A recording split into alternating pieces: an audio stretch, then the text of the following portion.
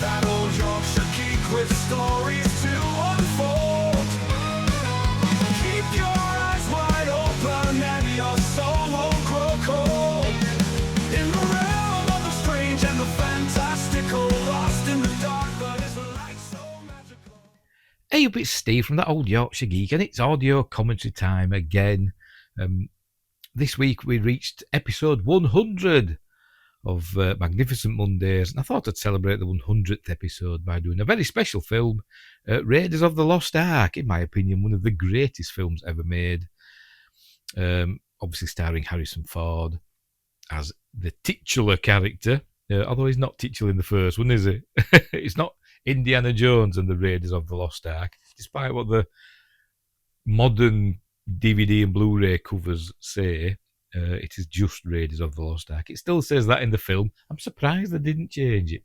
But anyway, from Steven Spielberg and George Lucas, with John Williams doing an amazing score. So we're going to watch it. If you own a copy, who doesn't own a copy of Raiders? Watch it along with me, and I'll talk about it as we go, and try and remember the things I've learned about it.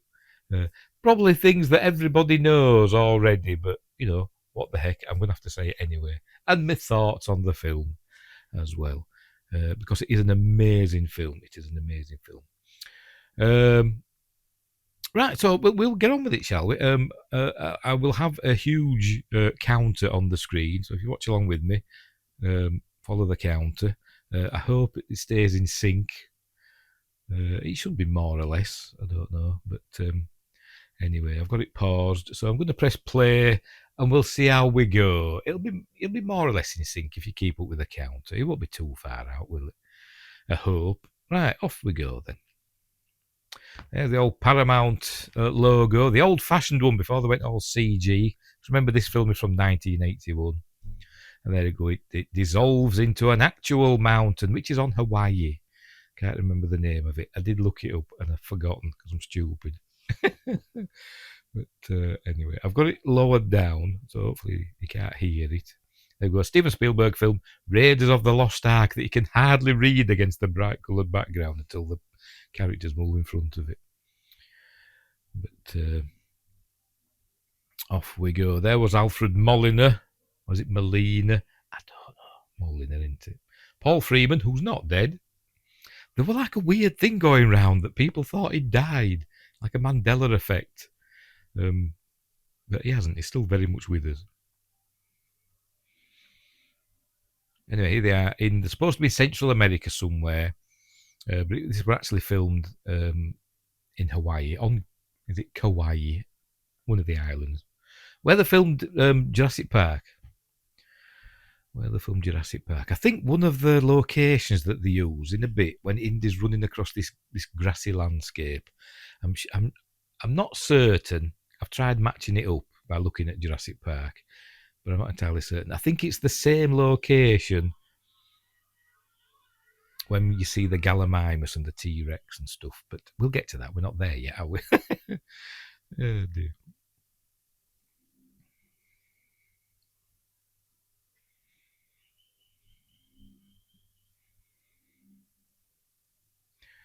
Could Alfred Molina's shirt be any more tatty? It's all it's done in, isn't it? They go screenplay by Lawrence Kasdan, from a story by George Lucas and Philip Kaufman.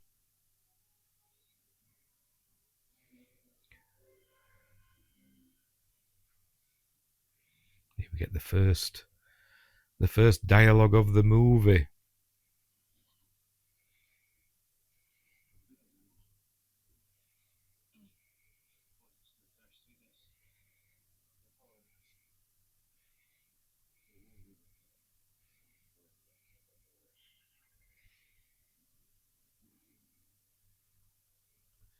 So if they're following them, why is there a poison dart in the tree that they fired 3 days earlier? It doesn't make any sense, does it, that? Anyway, there we are. It's a period piece. Oh, it's South America, not Central America. How many times have I seen this film? 1936.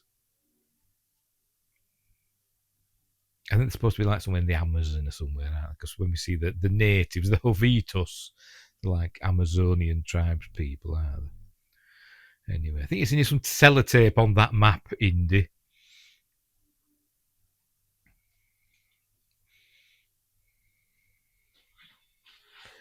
By the way, great sound effects in this movie. It did win an Oscar for best sound from Ben Burt and his team. That's a great meaty sound effects. Everything feels all, great bass in everything. Even the clicking of the hammer as he pulls the hammer back on the pistol. And when we hear guns going off later on, it's all very bassy and.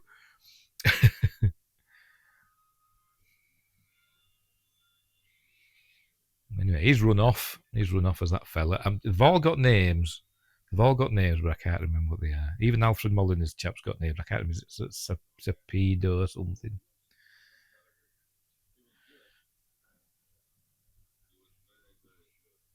I think you need to put a bit more sand in that bag, Indy.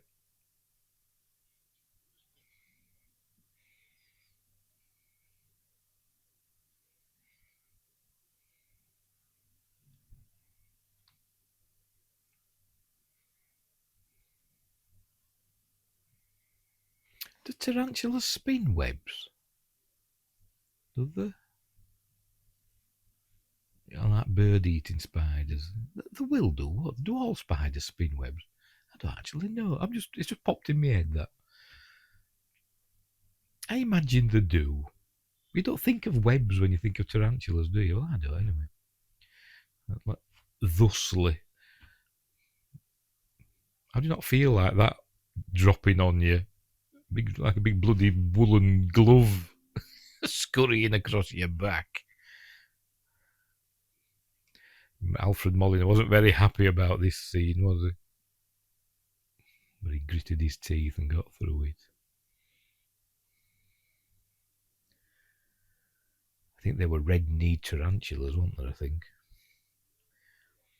Ancient technology now. How the blazes does this work? There's some sort of light sensor going on.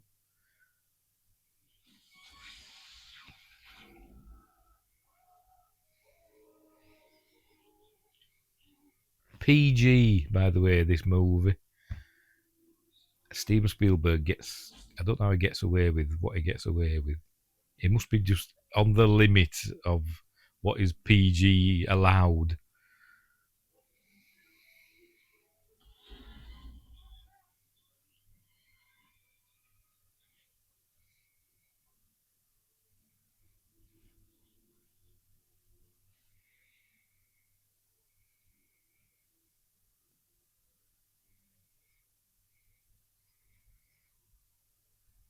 For some reason, I always think that thing behind him there's a big gong. I don't know if it is or not.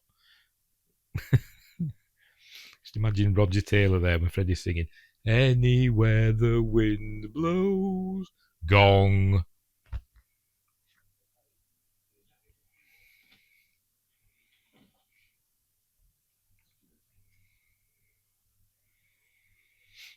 Obviously, this film will go on to inspire the game Tomb Raider, wouldn't it?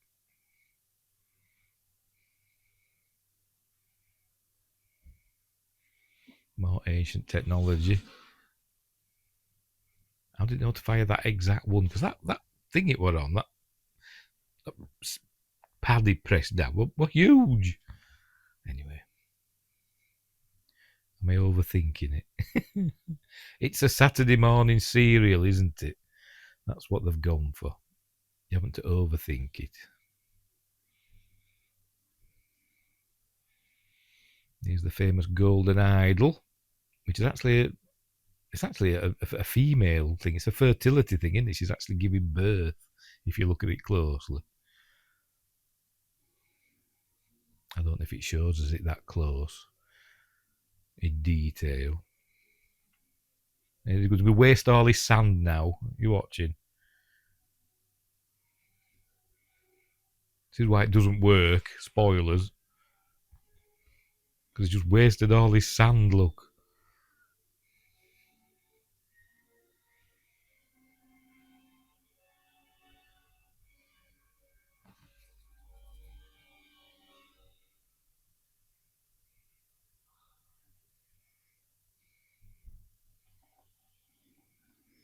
Or did he not waste enough? Was it too heavy?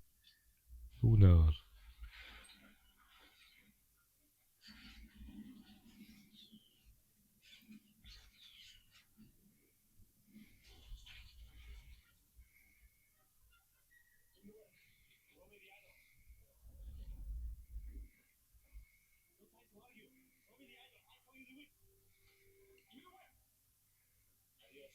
Boo.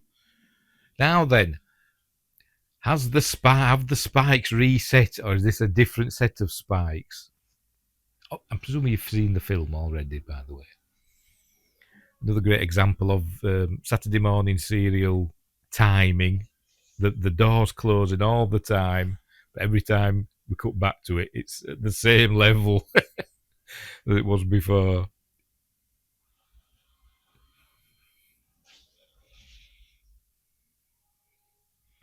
That says Forest Stall, so there must have been another one. Yeah, there must have been another one that we didn't see.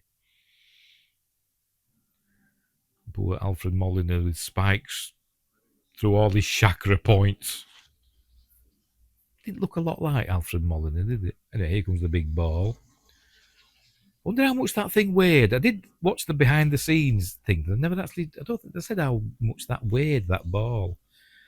Because it showed them running away from it. You know, both Harrison Ford and various crew members. I imagine it's just like polystyrene and it doesn't weigh a lot. You could probably just stop it with your hand. Do you reckon? Anyway, here's the Jovitos. And the fella that ran away. Got lots of acupuncture things going on now. Sure, he feels better. And there's Paul Freeman as Belloc.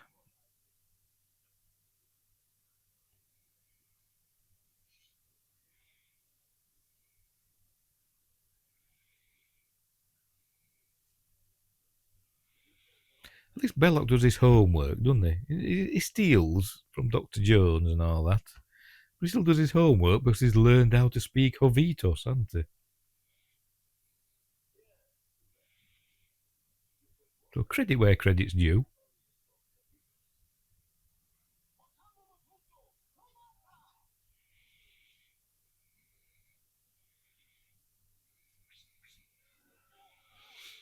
Right, off they go. I'm going to see that location now. The grassy location, I think, is the same one that we see the Gallimimus in Jurassic Park. But I could be wrong, but I think it is. I see like a tuning fork tree.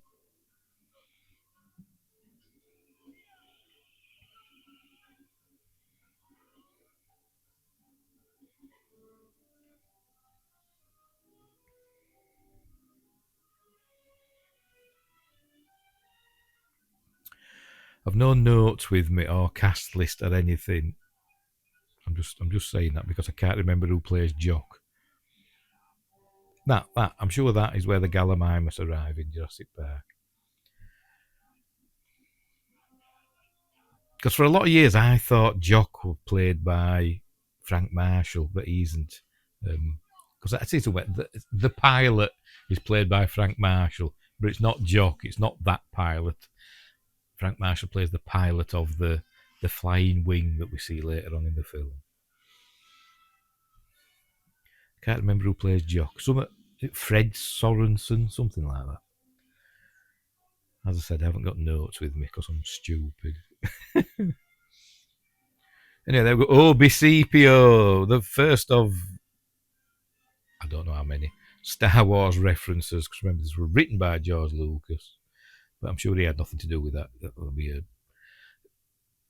crew thing, won't it? Easter eggs done by the crew.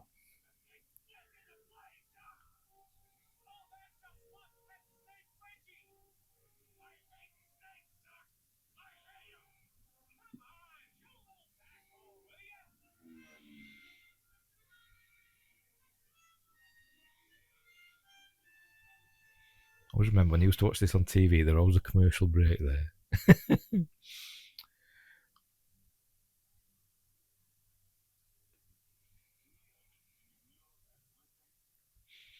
ITHIC.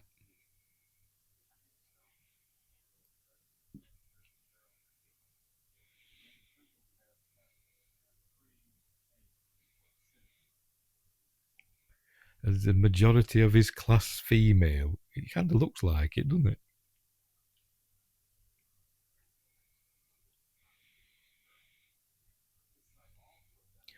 There are kind of some dark implications for Indiana Jones in this film. Because there's a deleted scene where there's, I think it might be the young lady with Love You on her eyelids that we'll see in a minute, wanted to have some alone time in his office, and he's talking to Marcus, and Marcus is saying there's people here to see you. It might not be her, but a similarly attractive young woman, one of his students, and you get the feeling he likes dallying with his female students, because there's another deleted scene later on where he's again with Marcus when he gets the mission to go after the Ark, where he's I think it was actually filmed where he had actually a young lady with him in his house. They were entertaining a young lady, but we never see her. Anyway, that fella, that young lad, didn't enjoy having to leave that apple. I bet his mother had said, "Leave an apple for your teacher." And Marcus steals it. But yeah, anyway, what was I saying? Oh, and the dark implications about him, having relationships with younger women actually goes on with Marion as well, doesn't it? But we'll get to that.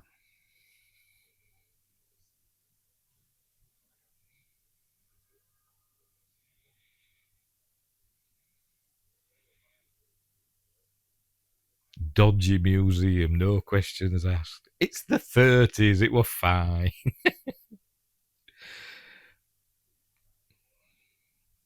Now we're going to see Porkins, aren't we? Can't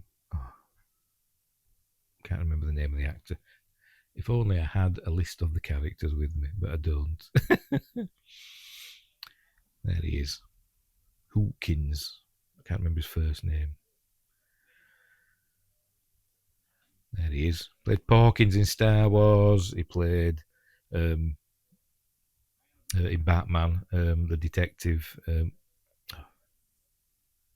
Detective What's His Face in Batman. It was one of those American actors that lived in the UK. So if they ever needed somebody with an American accent in a film that were made in the UK, you had people like whatever his name is, Hawkins, or Shane Rimmer, or Bruce Bower, other actors like that.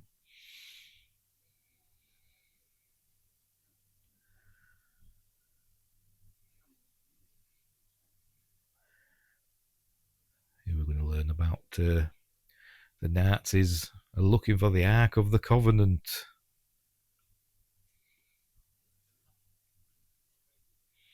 And that's true, because he wasn't he? Hitler was looking for these religious artifacts. Some say he did, though. He found he had the alleged spear of Longinus, or the spear of destiny. So he had that, didn't they? Because that was in a German museum somewhere, wasn't it?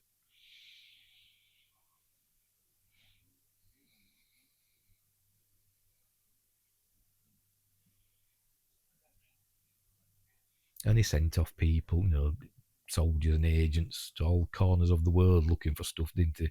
There was that Brad Pitt film, wasn't there?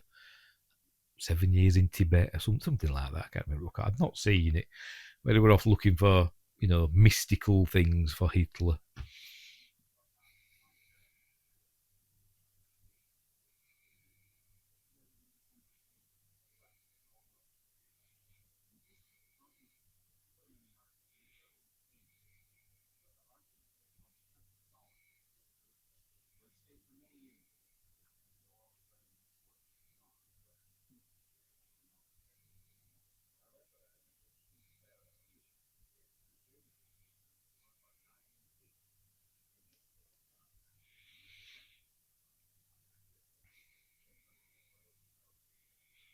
There's a lot of theories and myths about what happened to the Ark. Some said that maybe Nebuchadnezzar took the Ark to Babylon, or that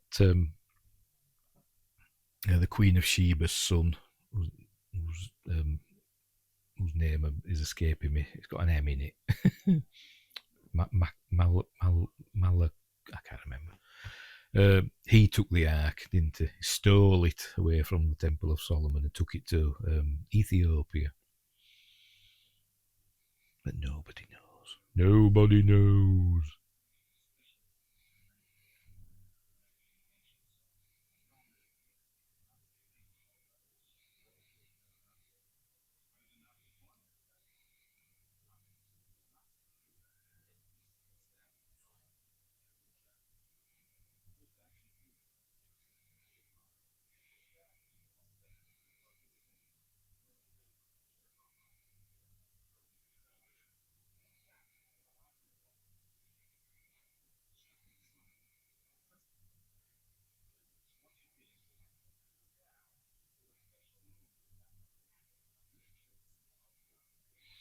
I wonder how long he practiced to write on a blackboard. Because, it's not easy writing on the blackboard if you're not a teacher. Because obviously teachers do it all the time, or they used to do it in my day. But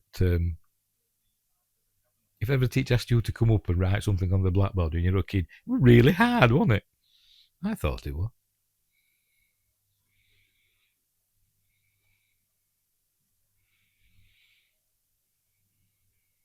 Just happened to have his big old illustrated Bible. I'm guessing it's a Bible that he's got there.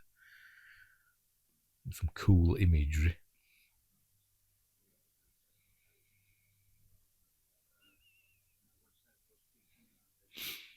Remember, in the Bible, Joshua didn't use the ark. They marched around the city of Jericho so many times, didn't they? And sounded their trumpets, and the walls of Jericho fell, didn't they? That was the ark's doing, apparently.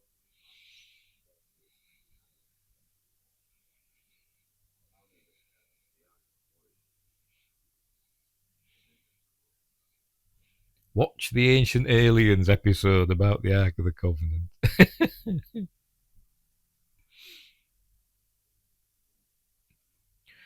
This is the scene where Indy said, Denham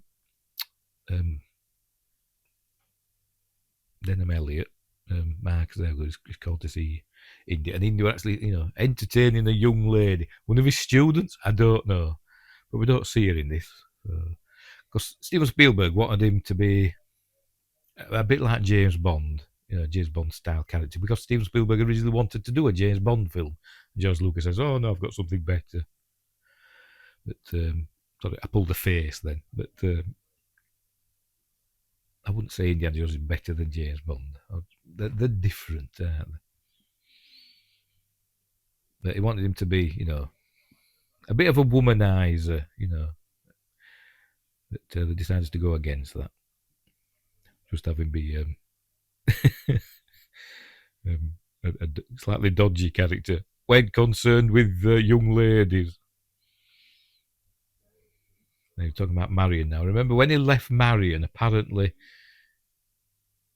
she was, according to what I've read, she was supposed to be like 16 or 17 when he left. And he'd been in a relationship with her. He'd known her since she was 15 or something like that. Which is why she says later on in the film, I was a child.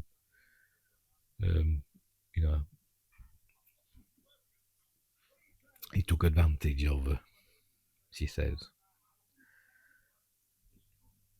But in my head canon, I don't think she was that old. Even though I think it does say in the novelisation, which I've not read, that she was 15 back then. But in my head canon, I always think, well, Karen Allen, when this film came out, Karen Allen was 30 years old. So when they were filming it, she was about 28, 29. So I always think of that as Marion's age. And so when he left, she was like 18. So technically an adult in the UK. I know in America it's different, isn't it? Like 21 or whatever when you're an adult, in it. But she wasn't a child, we'll put it that way. I'm not a minor.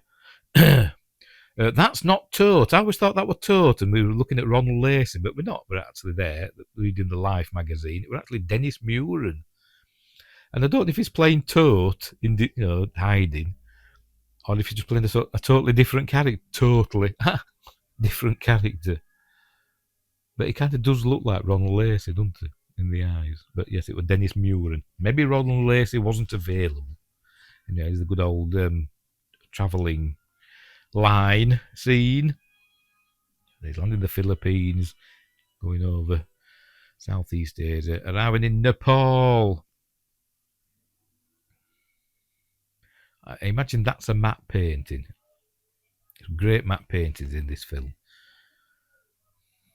And this is where we meet Marion, played by the lovely Karen Allen, now in a drinking contest because she's a raging alcoholic. Or seems to be.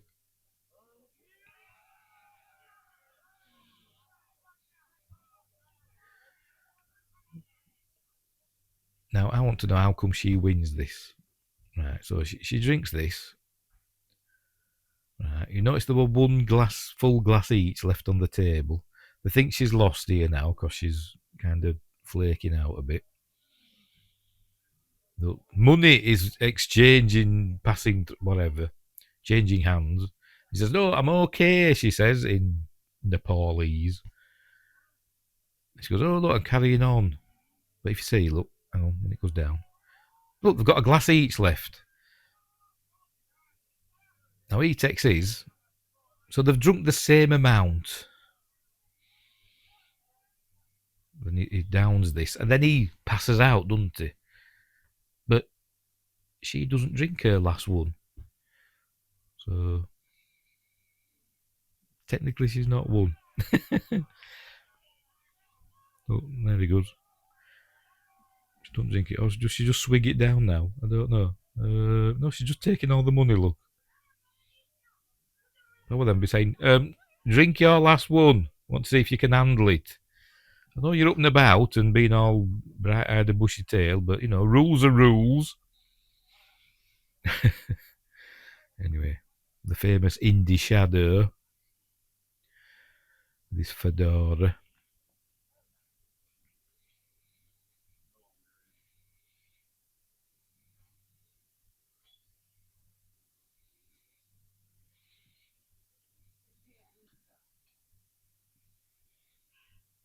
Famously, it was originally going to be called Indiana Smith, wasn't it? Steven Spielberg said to George Lucas, "Don't like that name." He says, "Okay, I called him Indiana Jones." Maybe he meant I don't like the Indiana part. But as we learn in the later films, he's actually not called that. It's a nickname, isn't it? Or a name that he identifies as. Anyway, there you go. She's saying there she was a child and all that. But as I said, in my head canon, I always think she was old. I'm making excuses for Indy. Yes, I know.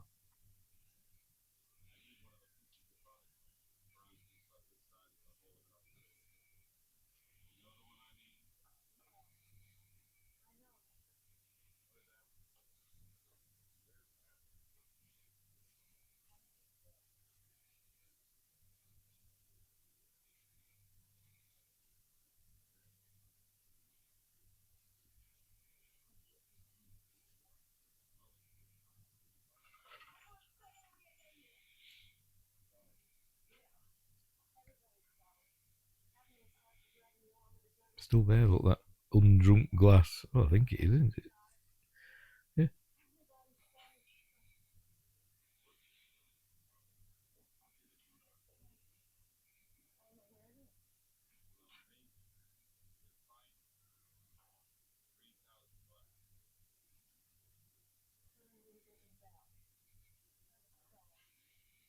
I think in 1936, 3,000 books would get you back in a lot of style.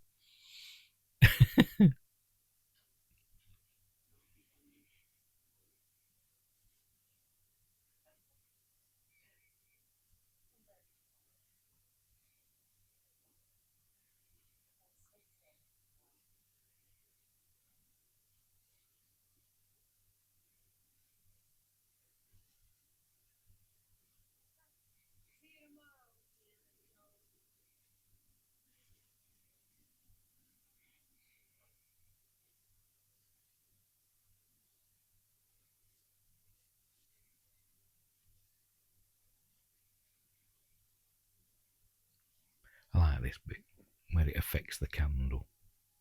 when it's got its mystical powers? Or is it science? Is it an ancient alien artifact?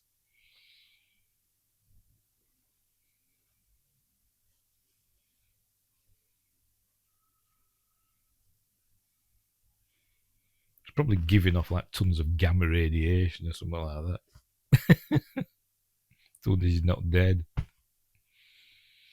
I'm covered in boils and blisters. I'm waffling, I know.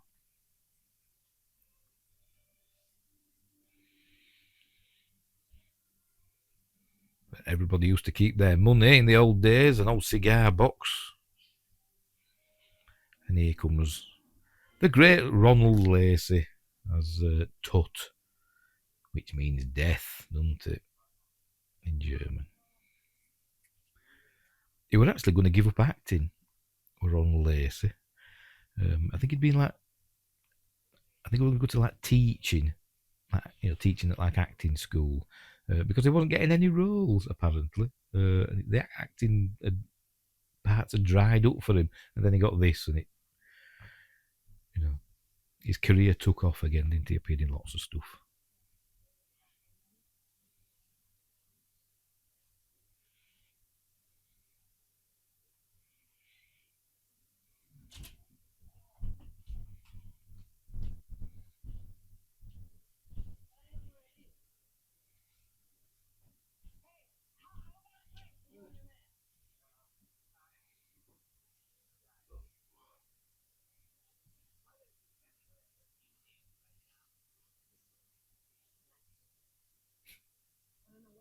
Hey, Mac.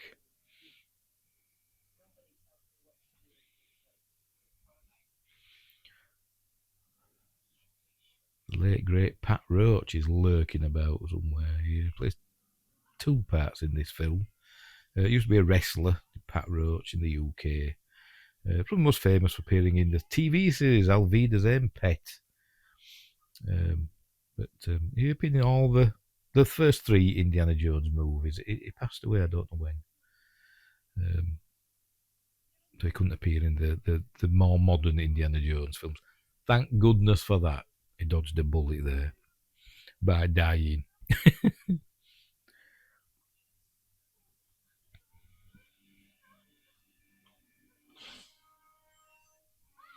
Good shot with the old whip, wasn't it?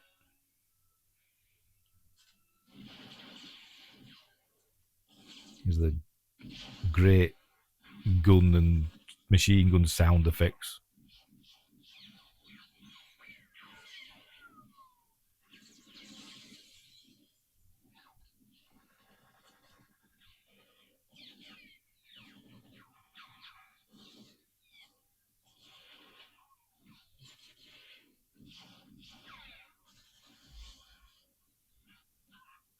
More gore coming up here, didn't it? Shot it head.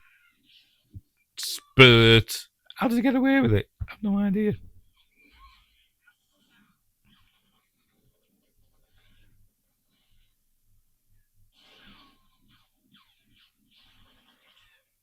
Come on, Pat, where are you? He's going to come in as a big Sherpa in a minute. There he is. There's Pat Roach. Of the giant Sherpa.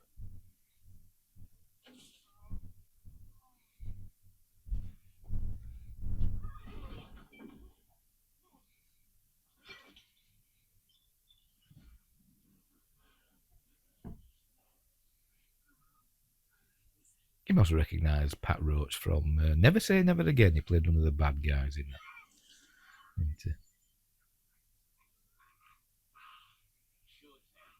Showed them both.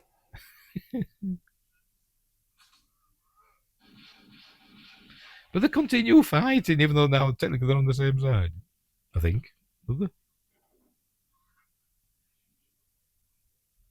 maybe they're not. I don't know. Are they still fighting? I think they are. You can hear them in the background. Grunting.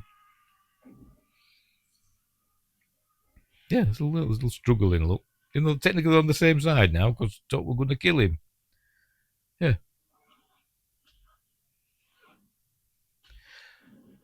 All the punching sounds in this film were done with various methods.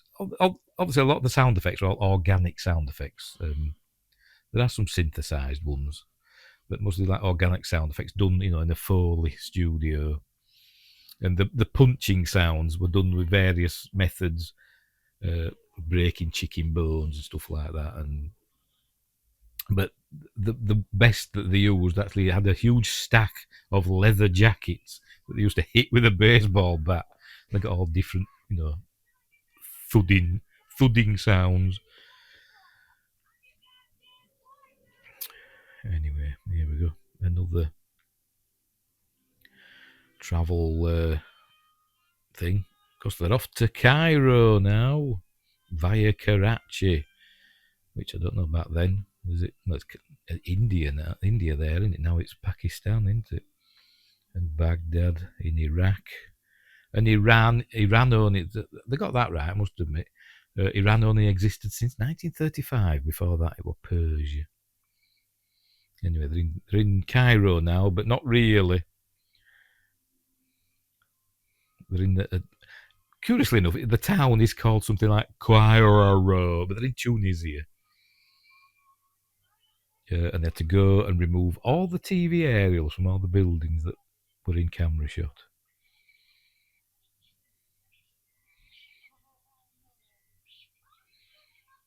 And I don't know about 1936, but Cairo in 2000 and I can't remember when I went.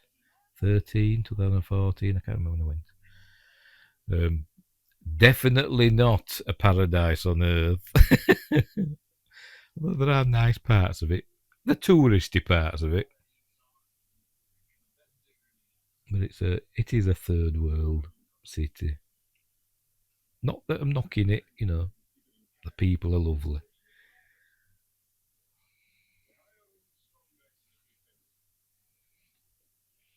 They hire only strong backs and they pay pennies for them. I always think when we get to the scenes of the dig in Tanis, I always think of all those extras, and I think, is that a reference to the studio hiring only strong backs and paying pennies for them? Because I bet they didn't pay them a lot. The local extras in Tunisia.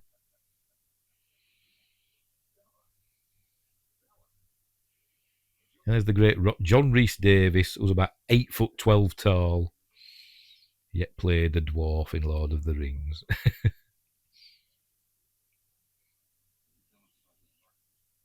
Gimli.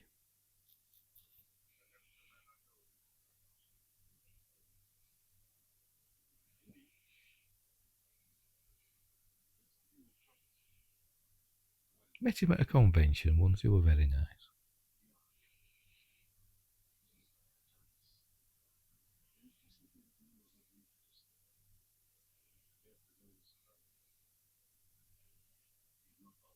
It is not of this earth.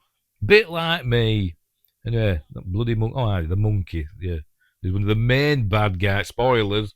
One of the main bad guys in the film. It gets everything it deserves, if you want my opinion. And I know you don't. Well, if it goes to report back to its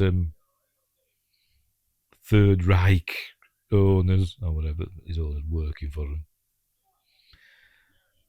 Somehow Marion doesn't know what a date is. She's watching out for the stone. Dates are lovely, but the stones are really annoying. I'm always looking for like pitted dates, and they're really hard to come by. Well, they are around here. Dates with the stones removed. Good for your digestion. Like the monkey doing the Hitler salute. Somebody just left a shovel, didn't they? Saw the shovel fall down, and they just run off or something. And they said, action. The shovel just fell down. Maybe it was the Invisible Man.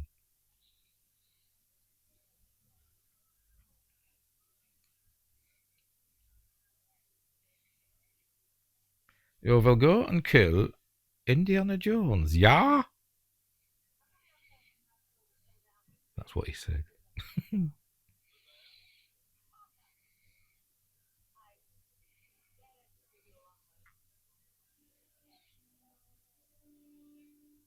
And for some reason that's beyond my ken, when they filmed in Tunisia, they decided to do it the hottest time of year.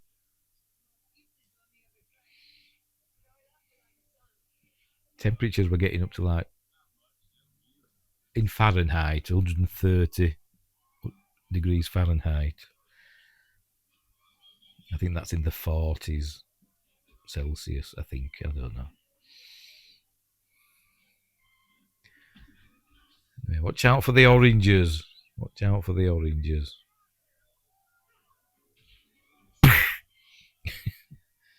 There they are, the oranges in the background. Looks from the fight with this fella, look. But, not him. But now, the other way around. He turned him just so we could see the oranges. Harrison Ford practiced for a long time. He had somebody come to his house and train him how to use a whip.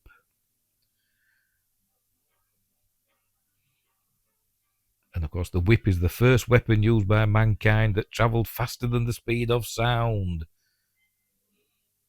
Well, the end of it. He got my teeth. I think his teeth are better than mine.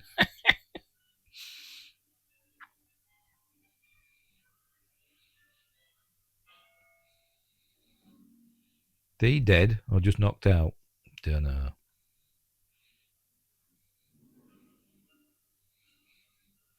Now this bloody monkey, I hate this thing. Oh.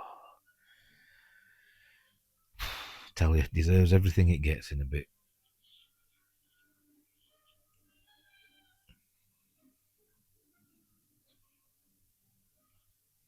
Look, look, I was telling him. Little basket on a basket.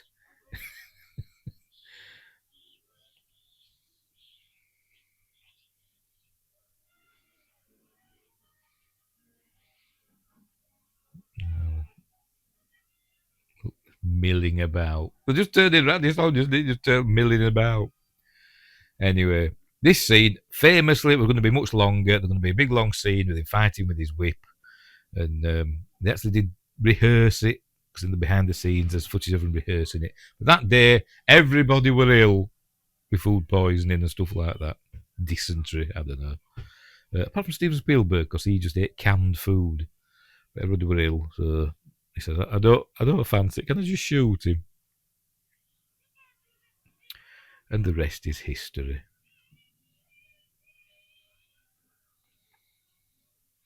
There's my cat there. What's Princess doing in Raiders of the Lost Ark?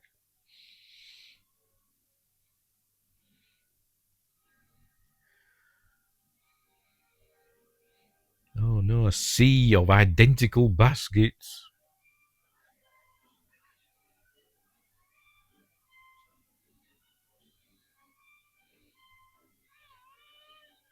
They'd all be, sorry for the foul language, they'd all be kicking the shit out of him, wouldn't they? They'd just all ganged up on him.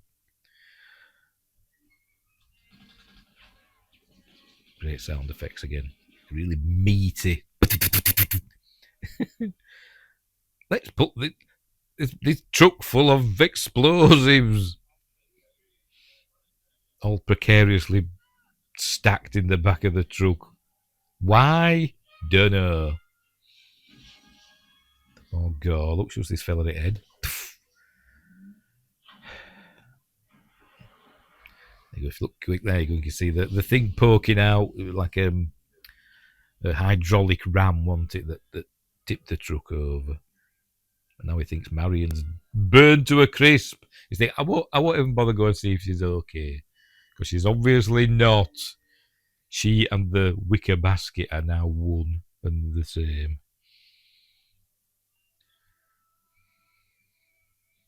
So it looks like he's glugged down most of a bottle of the local plonk.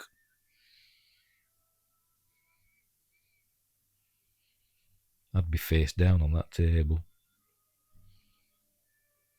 In a puddle of my own vomit. How intelligent is this monkey?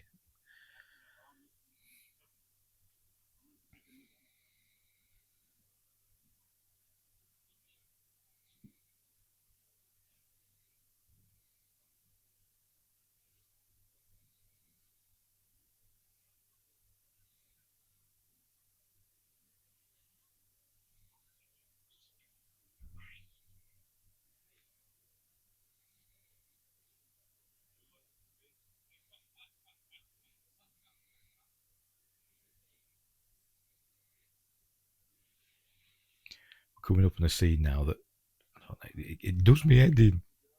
It doesn't do me head in, but I can't not see it with Indy's flickering eyelash. Except it's not. It's the fan in the background that you can see there. It's just lined up where it just looks like his eyelash is going.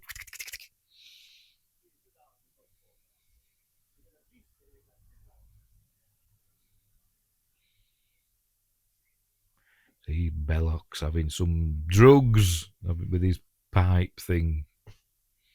Some hashish or what, I don't bloody know.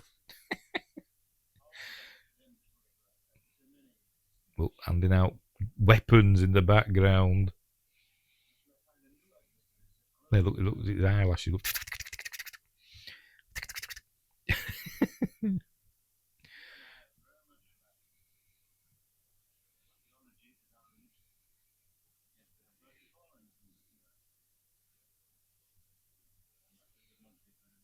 CG out. I can't not see it.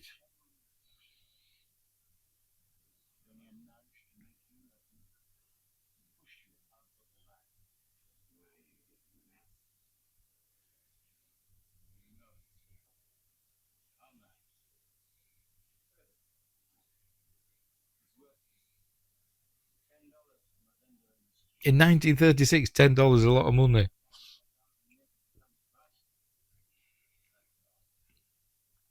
A lot of money to me now.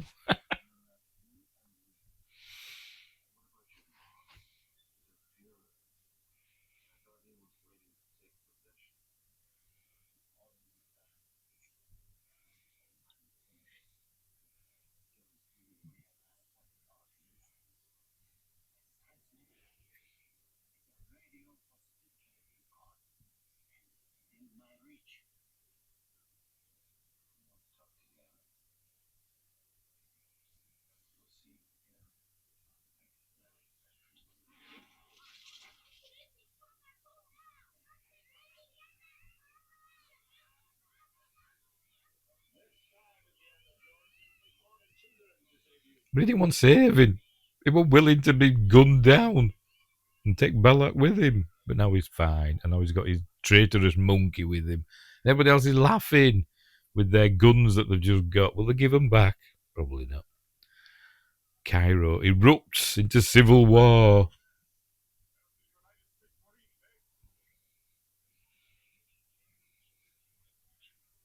Look, they're all just walking the streets of Cairo now with their weapons.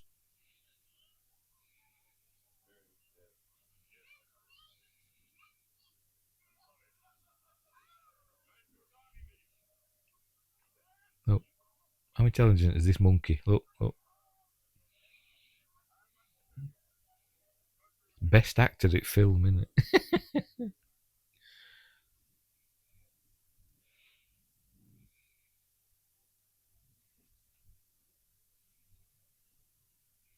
You see a similar pattern to that in the film Spy Who Loved Me, the James Bond film. The bad guy hides behind a thing with that pattern on. Anyway. Dates.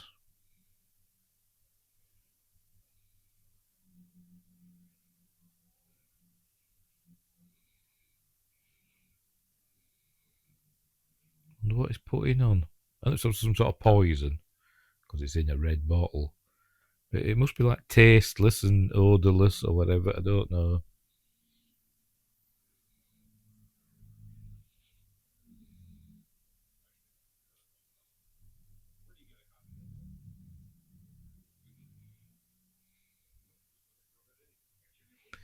So where we're learning that they've got the Germans have got another headpiece, but we're just writing on one side. Because remember, Belloc burnt his hand when he picked up the headpiece back in Nepal. Indy's picked up one of those poison dates. Not that clever, are you, monkey? Because you're taking one as well. So obviously the fella didn't tell the monkey what he was going to do.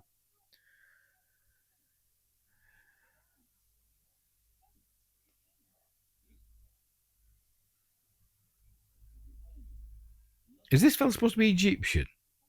Or is it supposed to be from like. It's more like a. An Indian guru or something, isn't it? There's some Egyptian bloke.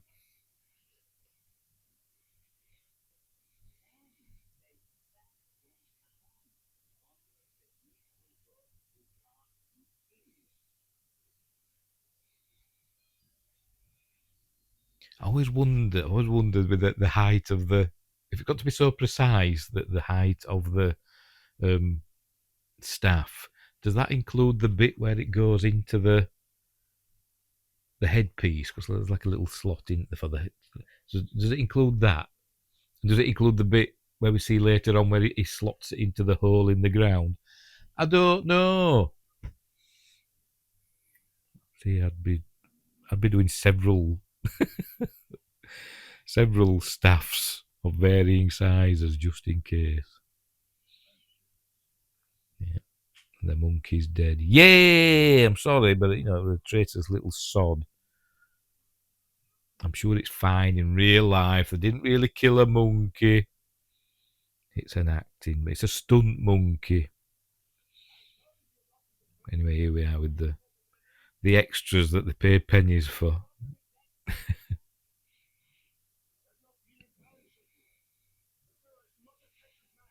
Look into the background, see if there's any sort of like brushing the air like that background extra in Quantum of Solace.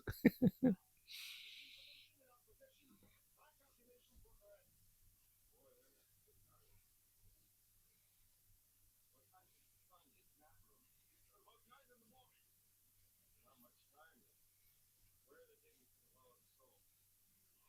just seem to be just digging everywhere.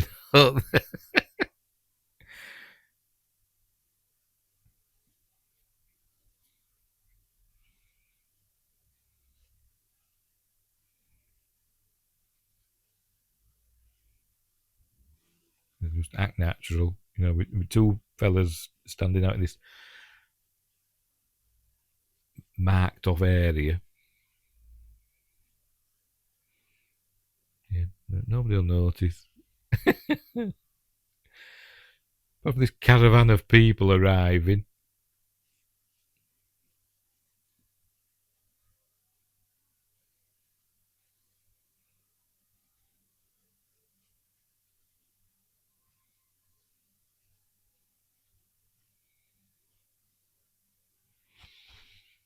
And Lara Croft comes somersaulting in, kicks the poo out of him, and says, that's mine.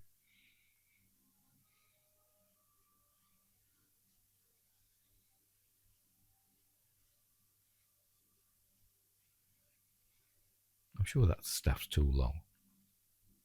Because he said 6 Catan, 72 inches, which is 6 feet, isn't it? And but you've got to take back one, so it's got to be 5 feet. So is Harrison Ford tiny?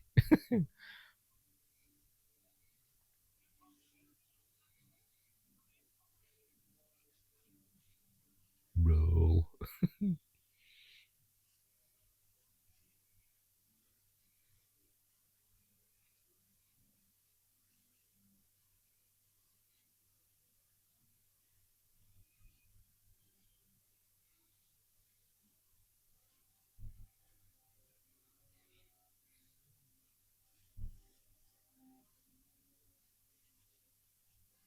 I wonder if that does say anything.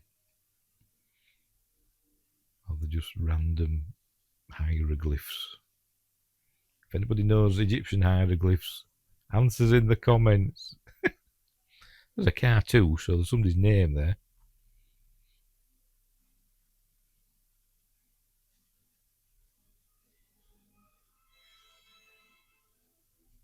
So was that instruction saying, go from here and go forward 2 dots and then come back 2 or 1 or whatever?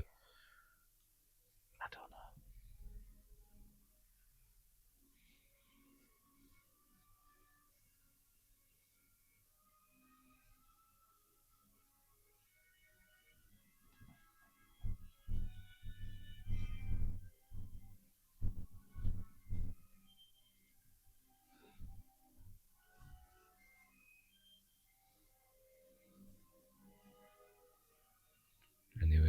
going to be super powerful. So we know it can affect flames, so it's going to be turned into a laser beam with the power of the sun.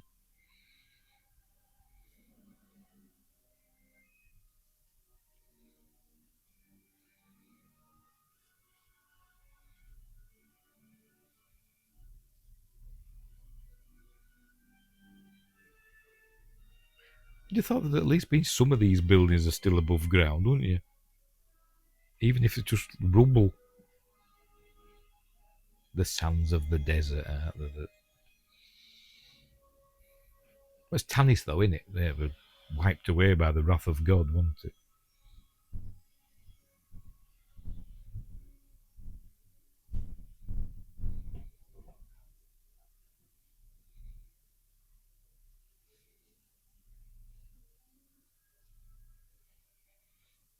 Now, is that actually Salah's tent, where he just happens to have loads of Nazi flags? Maybe he collects memorabilia, I don't know.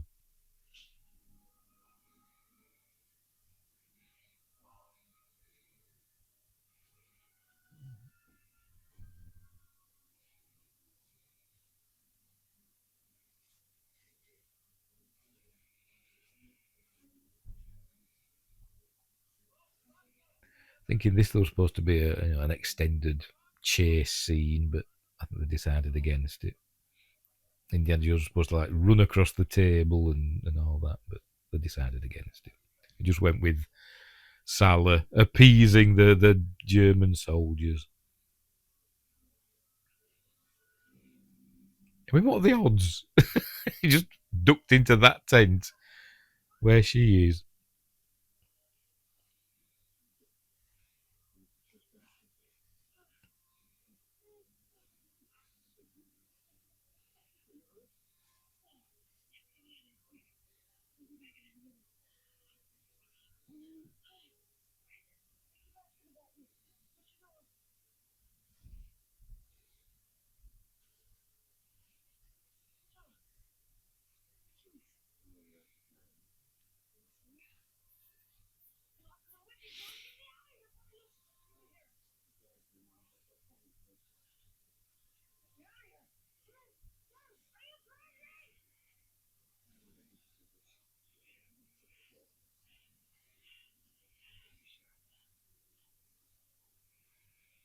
Can't breathe, I'm gaping. That's what I'd be like.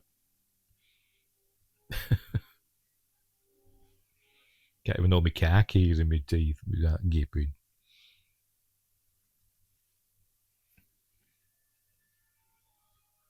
He looks at this thing here, and then this area here, or wherever he looks at. Oh, look, there's a bit above ground. Look, at the top of an obelisk.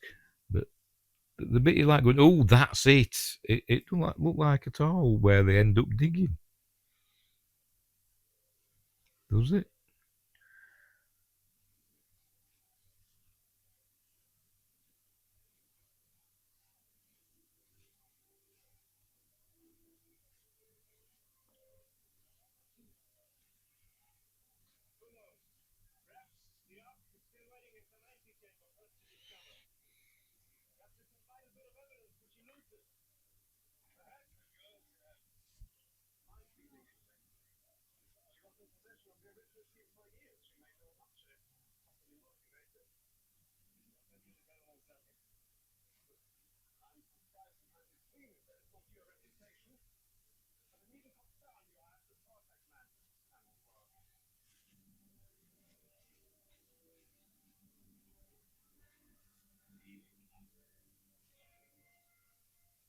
Does that still sting?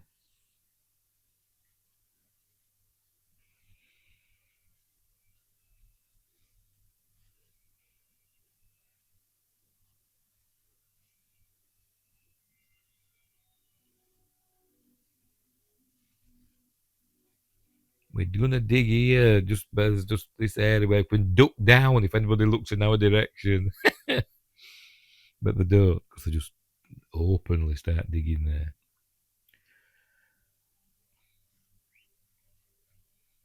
And for some weird reason, Indiana Jones decides to take off his disguise any minute now. Because he's a blithering idiot.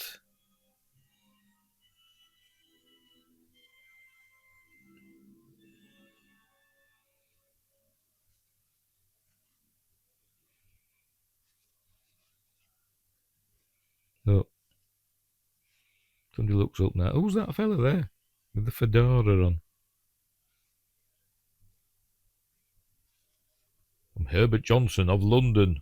No relation.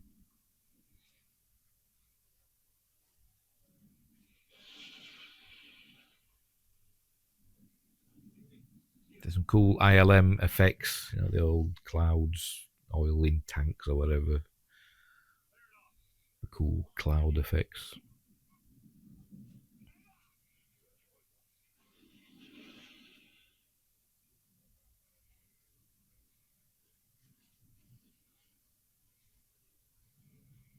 And the special effects don't have to look realistic.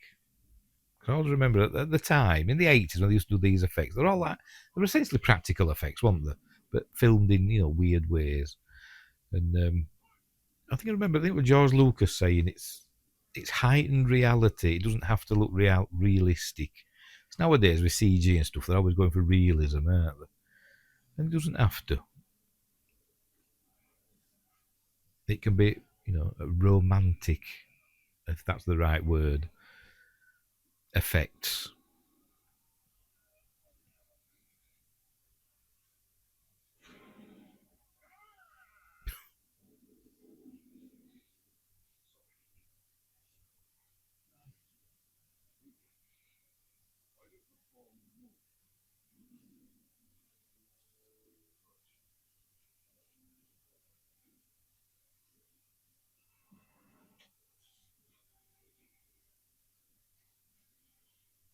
Snakes.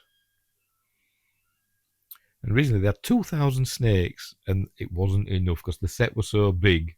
They didn't have enough snakes, and they had to get loads more in from Holland, I think, to get like 5,000 more snakes in to make it look as though the floor was seething with them.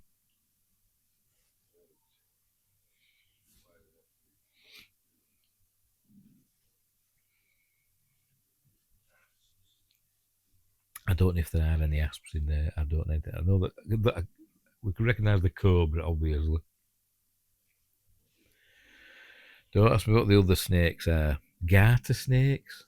Maybe? I don't. Are they venomous? No idea.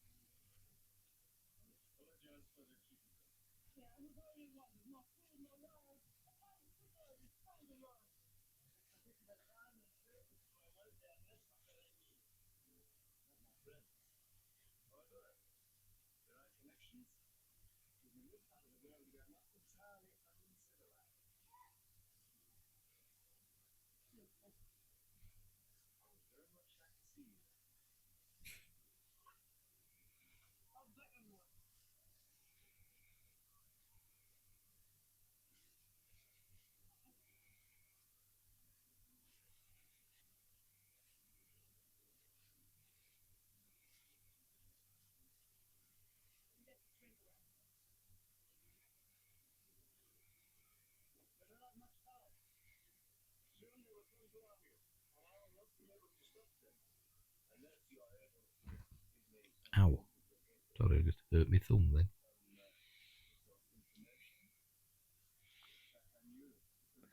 What is this they're drinking? It's not wine, is it? Is it? Is it supposed to be something stronger?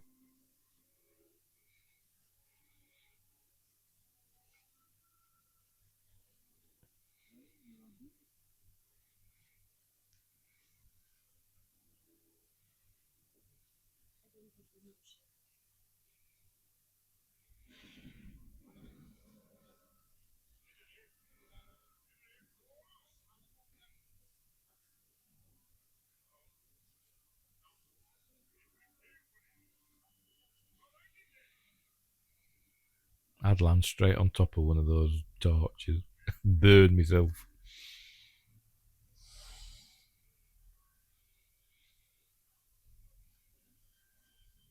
A lot of the snake sound effects of them slithering over one another were actually done by Ben Burt with his wife's chicken casserole.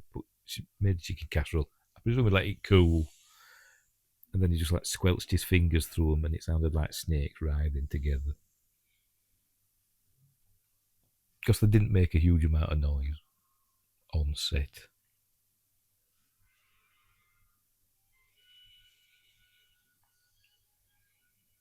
The original theatrical release, if you'll remember, you could see the reflection of the either of Indy or of the snake. I think the reflection of the snake in the glass between Indy and the cobra. Because obviously they couldn't have a cobra there that could bite him in real life.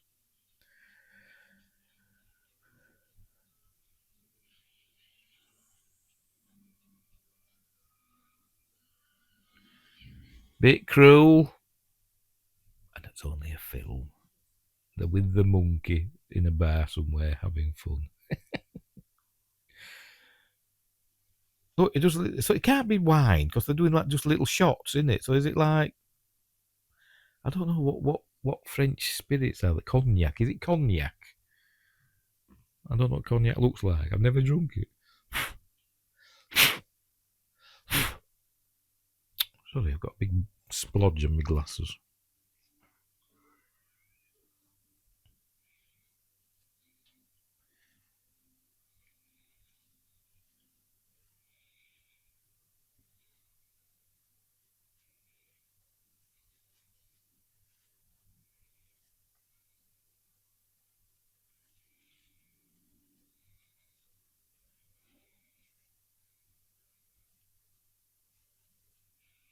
Obviously, they never actually. I don't think they do anyway, do they? They never actually touch the ark itself because if you touch the ark, you will die.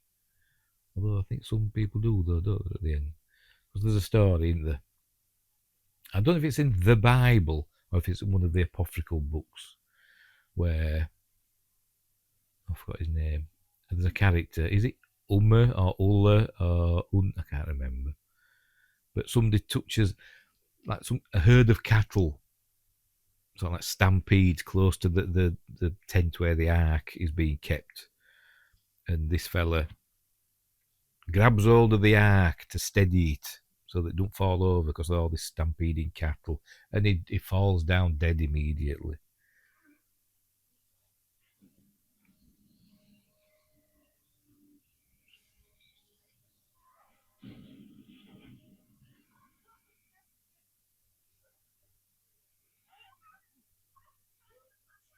Remember, she can hold her liquor as depicted at the beginning of the film, even though she didn't win that contest technically, but never mind.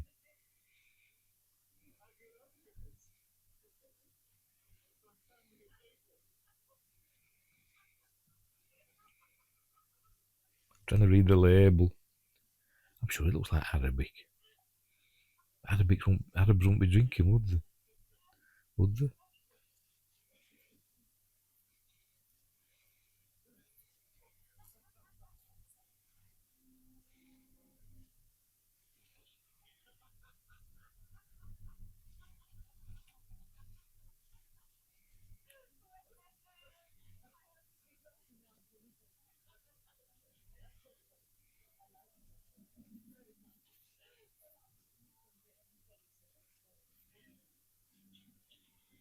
Good evening, Fräulein.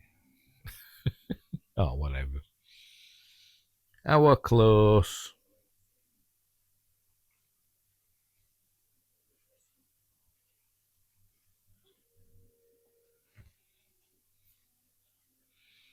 He's famous. Nunchucks, except they're not, have they? It's a coat hanger, but we've got to go. Oh, what's he gonna do?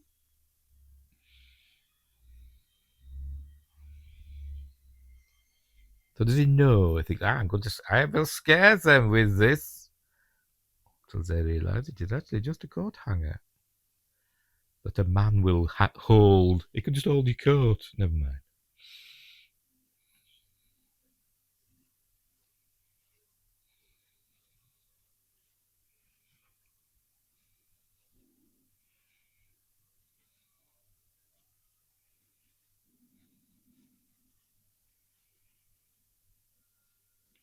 Why is it glowing?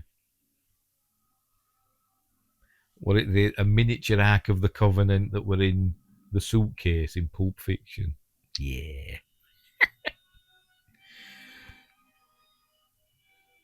Now, this bit here, where we see that just the shadow, they're actually just, and it's probably not even Harrison Ford and John Rhys Davies, two extras or whatever, stand-ins, just carrying a cardboard cutout, a flat cardboard cutout of the Ark of the Covenant there, just for the shadow.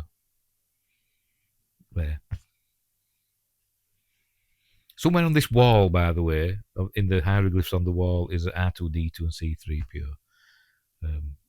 Maybe you noticed them. I didn't, but they're in there somewhere. I love that design, by the way, of the cherubs on top of the ark.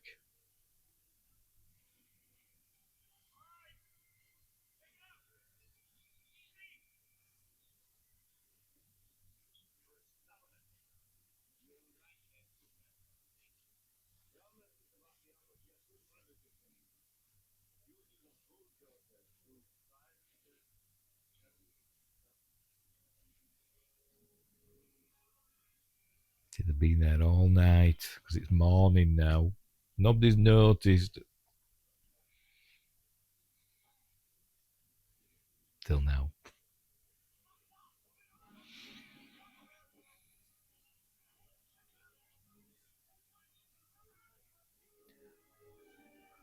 Achtung, baby.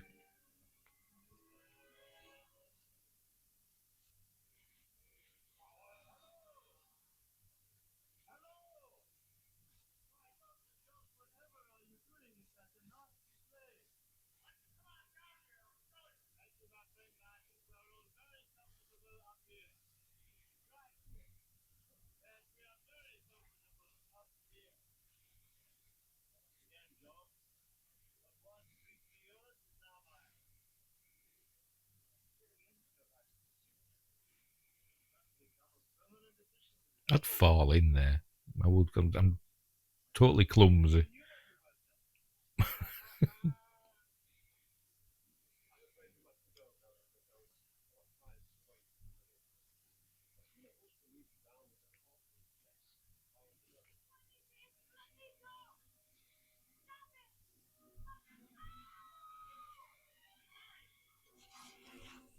They were willing just to throw her to her death, weren't they? But they didn't know she'd grab onto that, did they?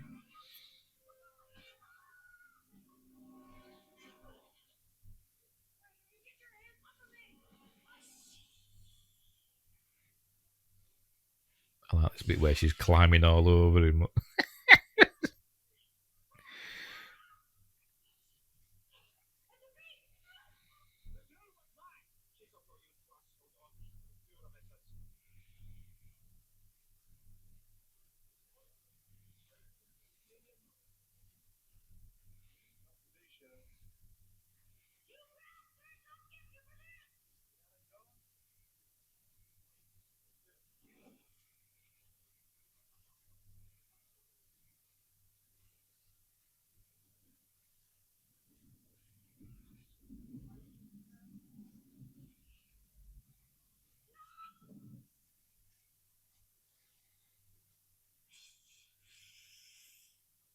So I'm guessing now they just let Salah go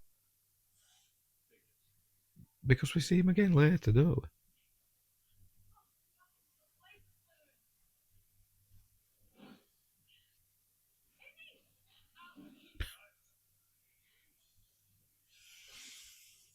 So I'm looking the hieroglyphs, you can see R2 and C3PO.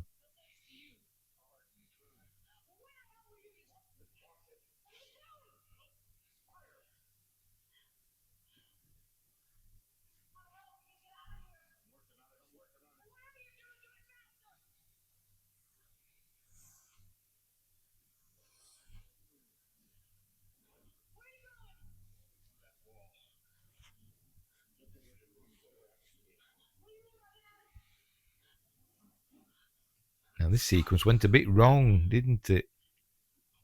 The stunt man was supposed to So he rocks this statue, doesn't he, to get it to tipple over or topple over. Likes burning snakes, doesn't he?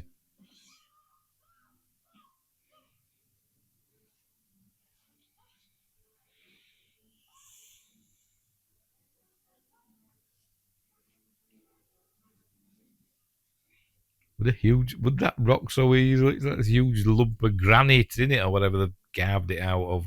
At least rock, anyway. Anyway, whatever. Don't think about it. So, anyway, supposed to rock this, fall over, and the stuntman was supposed to land on the other side, climb over and land on the other side, and he didn't. There he is, you still see him there. But never mind, didn't matter. Now we're going to get some of Spielberg's famous dead body, screaming dead bodies like we saw in Poltergeist. I wonder if these are actual, human skeletons, done up like they used in Poltergeist, which came out the year after this. Anyway, why are they screaming? Oh.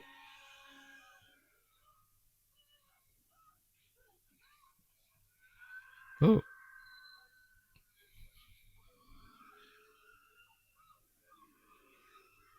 I wonder if they're real skeletons.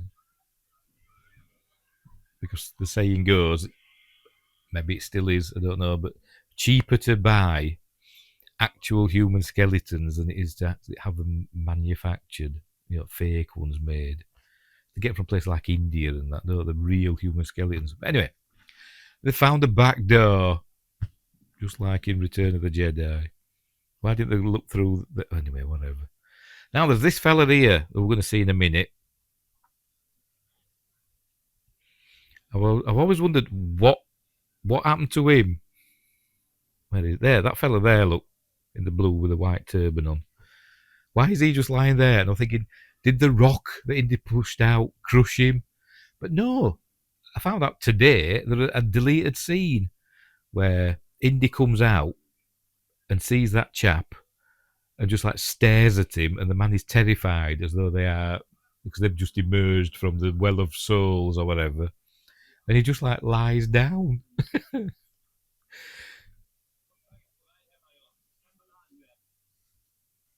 Anyway, that pilot there in the plane, that's Frank Marshall, the producer, and not at this point, but it will be the husband of Kathleen Kennedy at some later point. I don't think they got married. I don't think they were married here.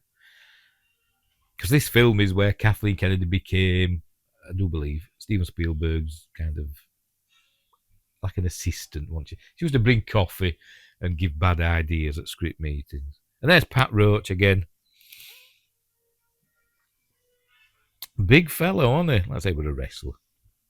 Back in the day. I wonder what those propellers are made of. Because they can't be dangerous, can they? I mean, what if they made a mistake and actually ran into one? They must be made of like either paper or something. I don't know, but or foam, or I don't know. But what if they made a mistake and actually fell into one? They can't be, because if they were like wood, it'd kill them, wouldn't it? Or severely injure them. And like that, just punches him, his knees buckle.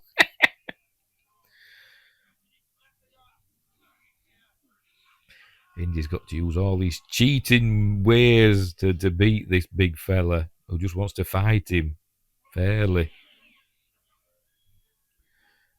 He goes the wrong way there, doesn't he? He spins out the way the wrong direction. Should have come out of his pocket, that, shouldn't it? Should have been pocket sand. Anyway. By the way, is this design based on a real plane? I've never looked it up.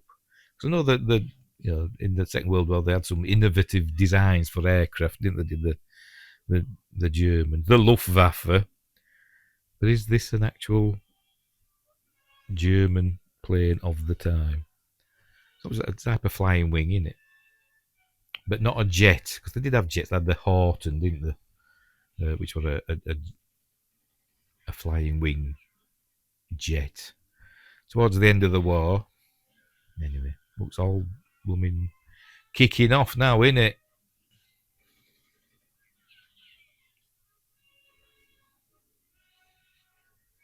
Marion mowing down Nazis left, right, and centre. Oh, not a care in the world. Of course, she could back then, it was fine.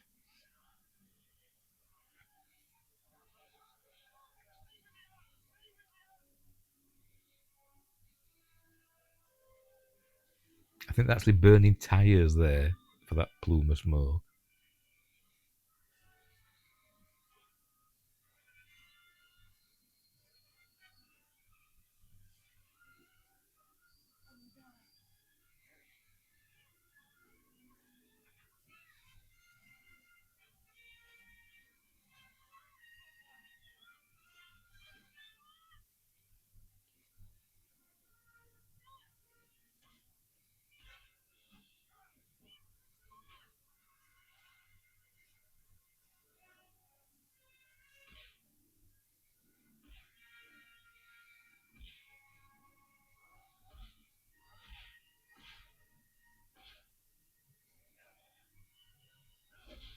I think this film should at least have been in the UK a 15 certificate at least.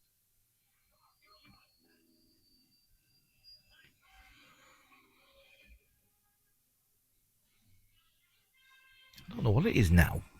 I don't know what it is now. I bet it's a 12 at least. I don't know.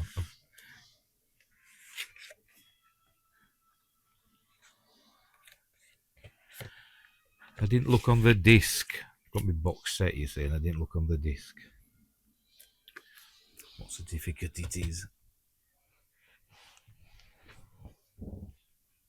They were going to give it an R rating for the exploding head at the end, but because he put some flames in front of it, then that got it past the censor for some reason. Anyway.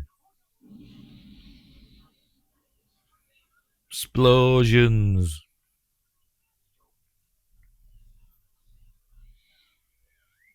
Look, has he escaped? You know, because of the commotion, or did they just let him go? I've no idea.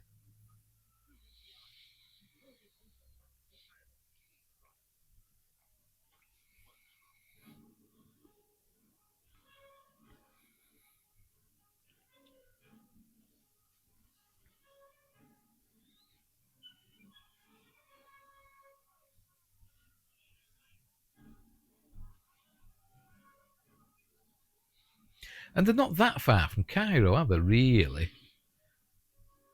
Because they went to Salah's house, which were in Cairo, and then they just ended up there at Tanis. And I don't think it's that far, but yet, according to Belloc, the desert's 3 weeks. Is it 3 weeks? 2 weeks? Whatever. It's a long 3 weeks in all directions on foot. So I don't think it's that far to Cairo, is it?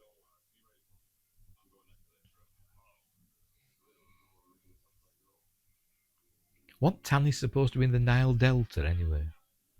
Am I thinking that right? Which isn't a desert, is it? I don't think.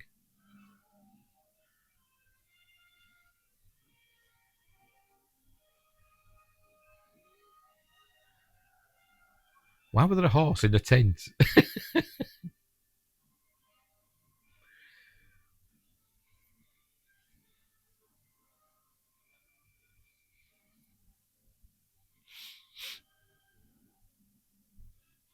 Cool music from John Williams. As usual. He never lets his filmmakers down, does he? John Williams.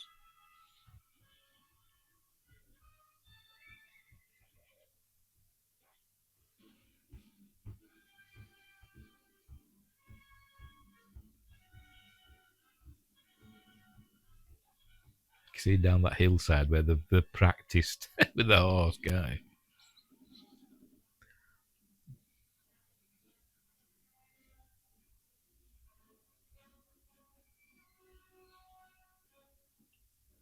This truck is just super cool looking, isn't it? Don't you think?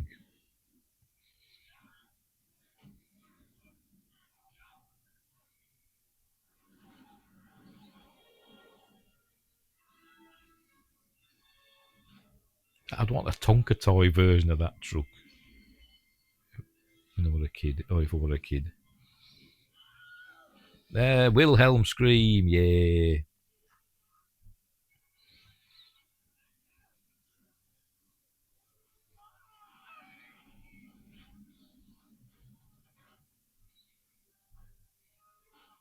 So you can see there where they are now. They're not in the desert. Look, there's all trees and stuff. Look. So what's about the desert? It's 3 weeks in every direction. They think they're in the middle of bloody Sahara or something.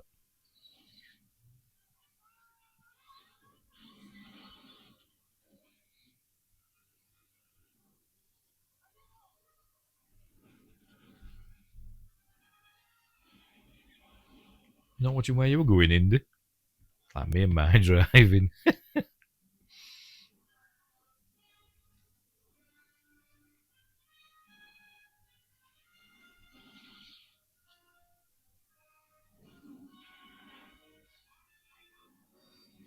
Scheiße! See, he's having fun now, he's Indy, look.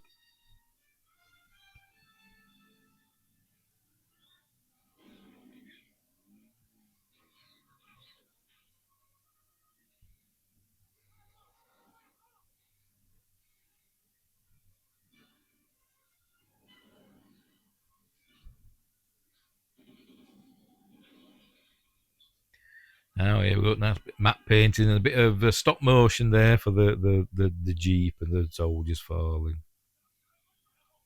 Cool.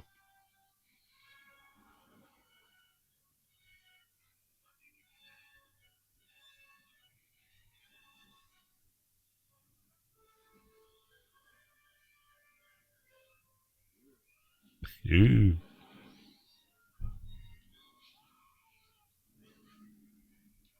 Some friendly anti-Nazi palm trees.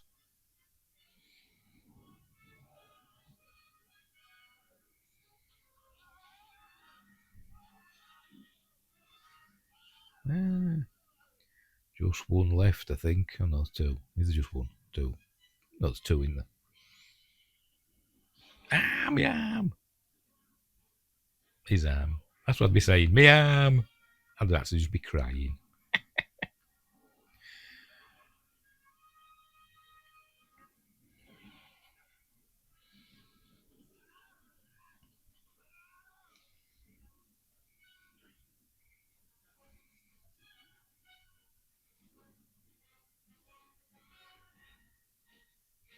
This stuntman nearly got run over. What's the behind the scenes? My hat. His hat's come off. Showing off my ball patch.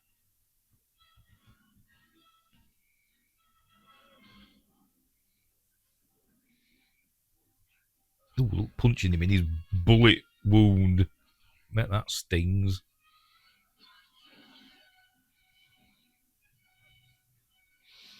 Anyway, the front of the truck there for the stuntmen. They've obviously got like cushioned stuff. A big wooden board. It's not there, but on the other shots, there's a big wooden board with, mats on and stuff for them to land on. The stuntman that's playing the fella that's driving now, he actually fell off and nearly got run over. Just managed the last second just to roll out of the way as to being run over by the truck. That'd have been nasty. Anyway, here's another stuntman doing the Yakima Canuck stunt where they go under the stagecoach in quotes. But in some of these shots, there's actually, I think it is actually Harrison Ford pulling him along. It might have been that close up, I don't know. But they did actually do it with Harrison Ford briefly.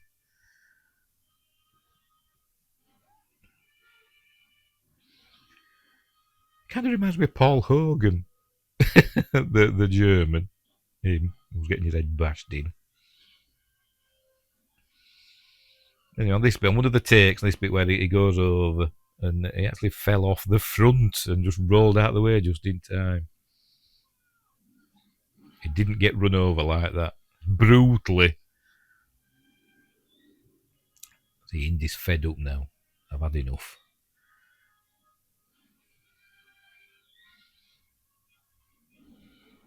Had enough with these Vaterland SOBs. And the French fella. Is Belloc a Vichy French person then? I know this is before Hitler invaded France and all that. But anyway.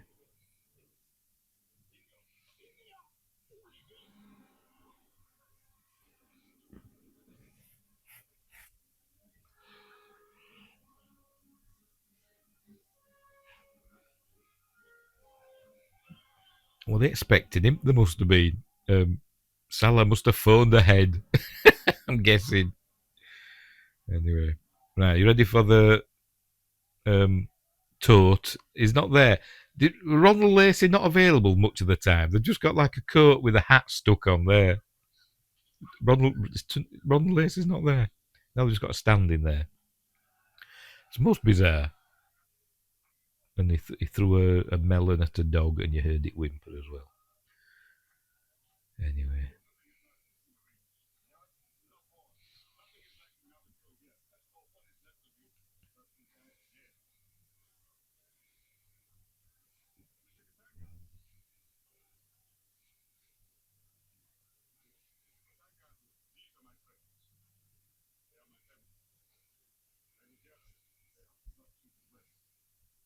When I hear Katanga, I always think of Lenny Henry. What it on Tiz was, or one of the other shows he used to do. Lenny Henry is a famous British comedian. And he used to do a character where he used to say Katanga. And that was his greeting. Not to be confused with Kananga, who were in the James Bond film Live and Let Die.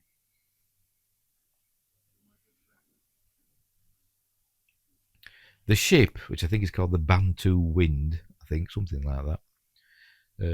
They found it, and it was this ship that were all rusty and kind of done in. They thought it's perfect, a well-used ship. So they said, right, we'll have that.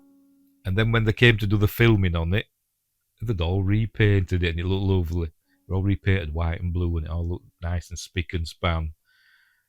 So they said, that's not what we want. So they had to go in and dirty it up again, repaint it, and make it look all rusty and old.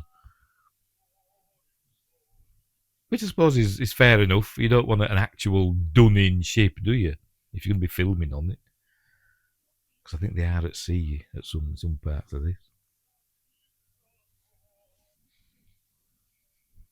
You should have called it the Venture, shouldn't they? After the ship in King Kong.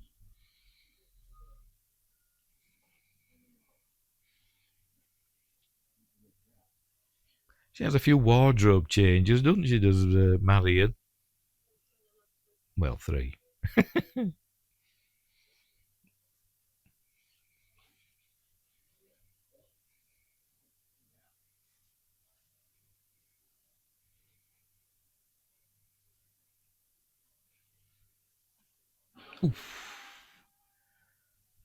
All this stuff that happens in this film, and that's the bit that makes me cringe more than any.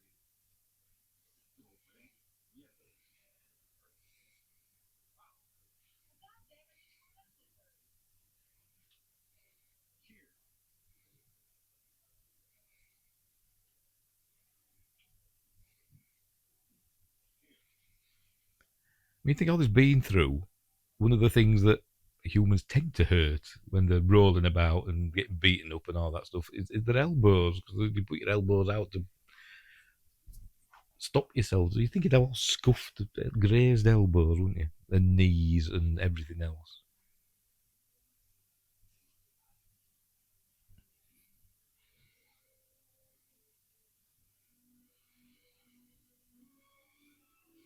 and he falls asleep.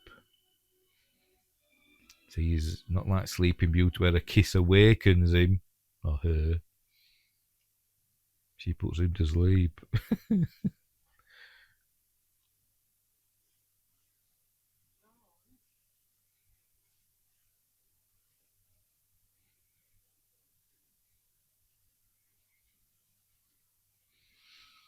The power of the ark.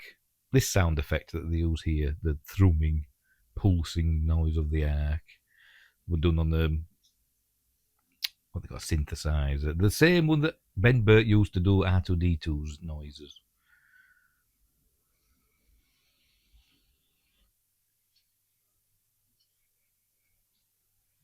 Even the ark knows the Nazis are bad. It's burning off their symbol off its crate.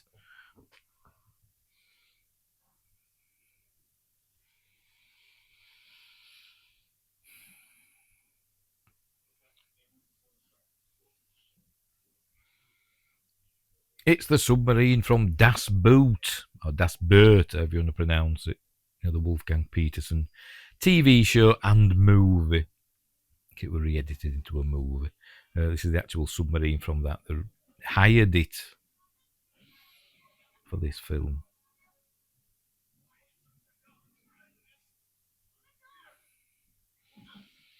Yeah, I think we're filmed off of France, so probably in the Mediterranean side of France. I think I could be wrong.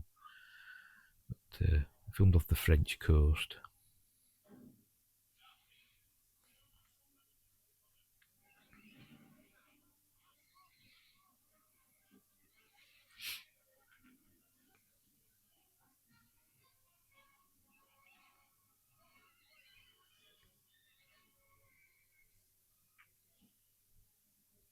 So what's that? He's climbed up in. Oh, what?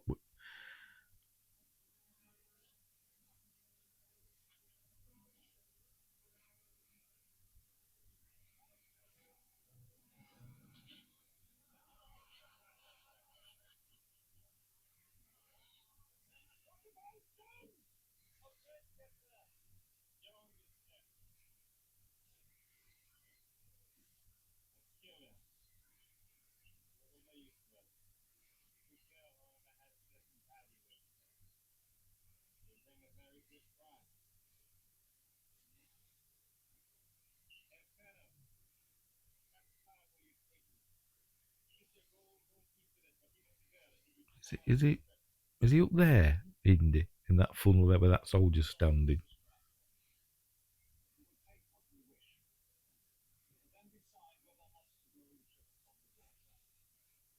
Yes, he's there. Bit windy, innit? Cool breeze. Either a Mediterranean breeze or an Atlantic breeze. I don't know which side of France they filmed it. I didn't think to check.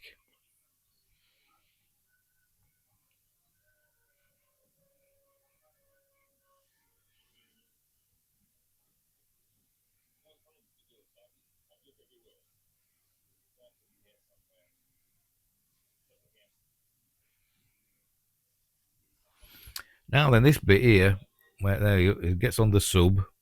Now everybody thinks, does the sub not submerge all the way to that island? Because he obviously can't get in the sub, can they? Because they'd catch him.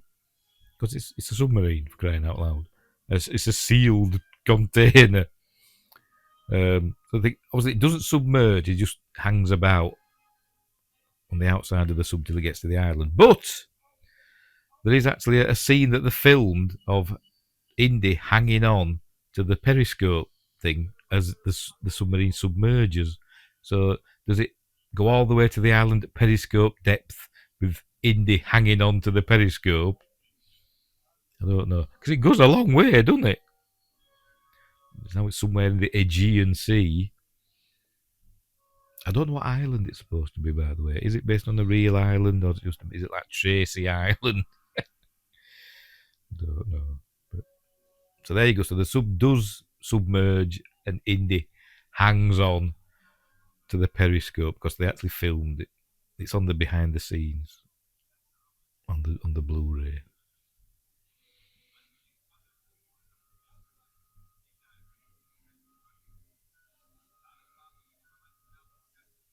That's why he's all wet. Look.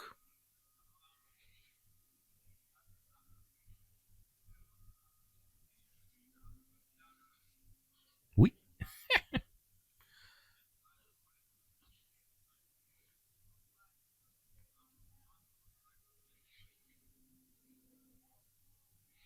I like this bit as well. That he steals the Germans' uniform, but in films they usually find clothes that are exactly the right size, don't they? Usually. But in this case, Indy doesn't.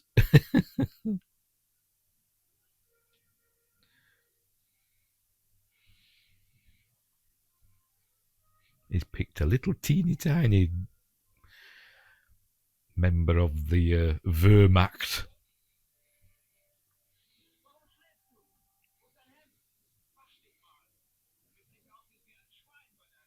Schwein!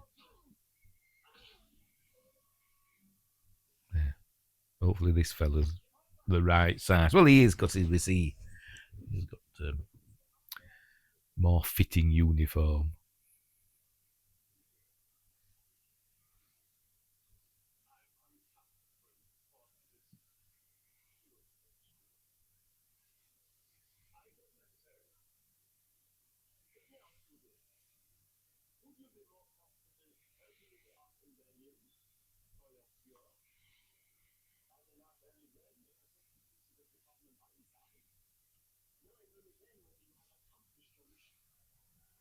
Would Belloc care about opening the ark, with a ritual saying, sacred words, presumably from the Talmud or whatever? You wouldn't think so, would you? You'd think he'd just pry it open, wouldn't you?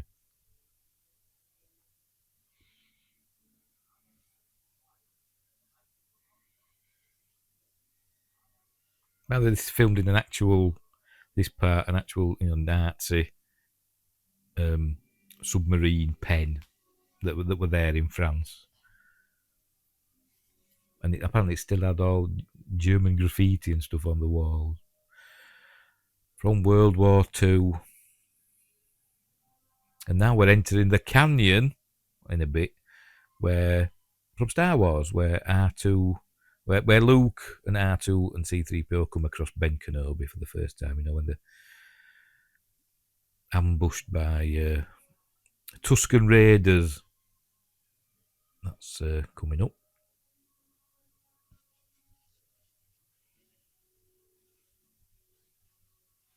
So we're back in Tunisia again.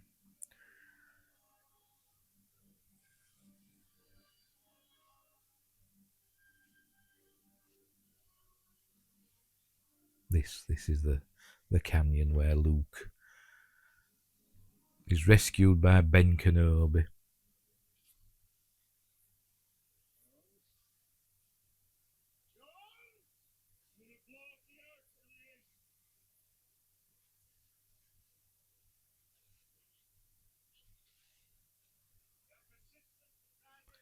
We're going to watch this fly.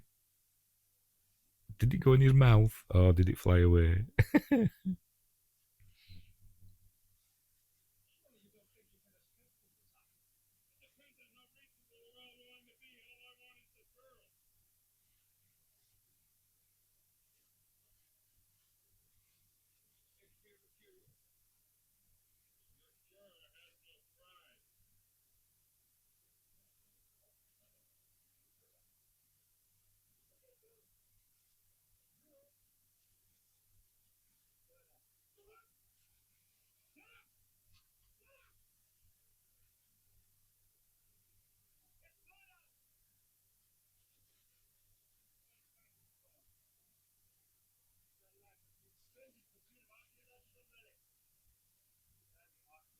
He obviously doesn't think that much of Marion after all, does he?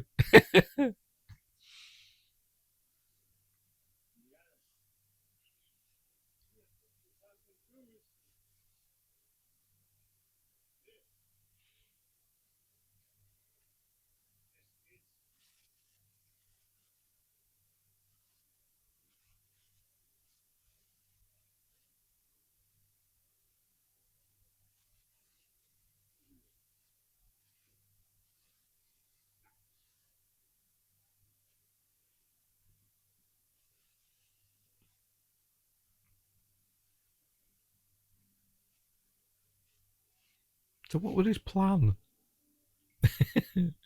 Just to get caught, and then what? Try and escape later, or has he just resigned to, I don't know, being a prisoner of the Nazis forever, or being executed? I don't know, but who knows? There they are. I see him tied up there to that post.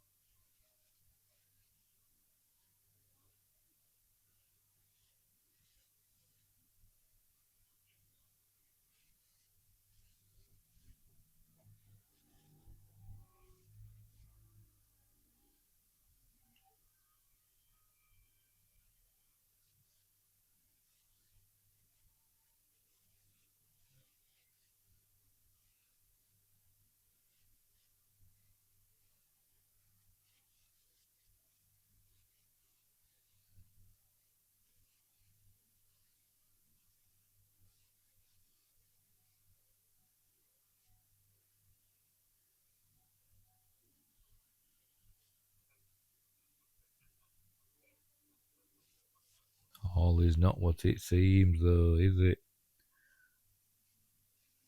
So that's supposed to be the tablets or the Ten Commandments that have just turned to dust somehow. Yeah, look, something's been released from the Ark, playing havoc with their equipment.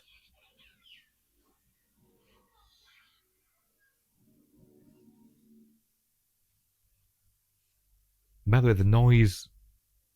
No, I'm thinking of something else. Sorry. I'm thinking of something else then. I'm an idiot. I'm sure I've seen that staff in something else that Belloc's holding with the rams on top. I'm sure I've seen that in something else and I can't think what. Answers in the comments if you know. Look, here come the. Are the angels or are they just spirits of the Ark? I don't know. I think they describe them as angels in the behind the scenes because it tells you how they did them. Obviously, most of them are puppets. These that we see here are puppets that they're actually just swilling about in a big tank of water. But the one that we see with the pretty face, the pretty angel that comes, whose face changes into a scary one, that was actually an actress.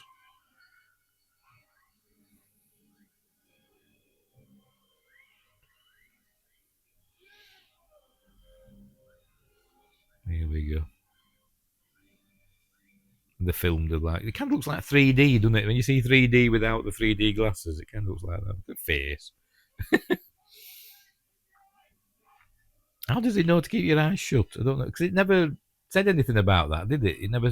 They should have had a line somewhere that never gaze upon the contents of the Ark. They should have had that somewhere in the film, shouldn't they? So that he knows not to look. So they've all been zapped. Yep. Shrink, melt. Cool how they did that. Can actually get candles that do that now. And there's Belloc's head exploding, which would have got them an R rating. But because they put fire in front of it, they got away with it. They've had all the other stuff. The melty head, the head, shrinking or whatever. And all the other stuff. An exploding head would have got them an R rating. Anyway, where they're going now, they're going up to heaven. Heaven's technically not up, is it? It's another dimension sort of thing, isn't it? Nobody thinks heaven in the sky, but it's not, is it? It's another realm, isn't it? But whatever. They've all gone into the Ark now. So they all sand in the Ark. Anyway, it's over. It's over.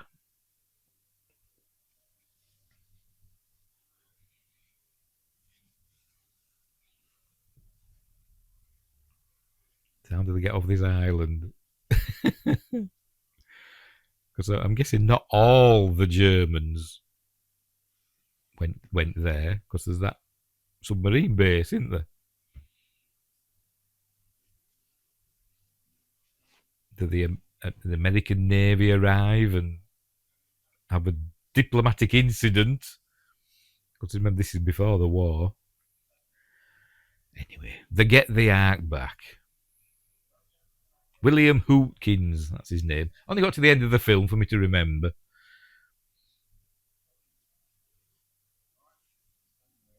That fella in the background with the glasses, is he the medical examiner from Jaws? Kind of looks like him, doesn't he? You know, the one that says, we'll have to change our records. Probably not. But you never know, it might be. Top men.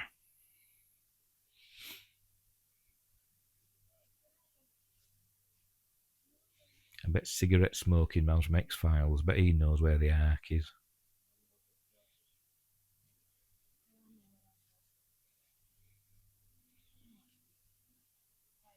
She brushes up well, doesn't she? She's gorgeous, is Karen Allen. I met her at a convention as well, and she was very nice. Drew a picture, and she signed it. It's up on my wall up there that you can't see because this is an audio commentary.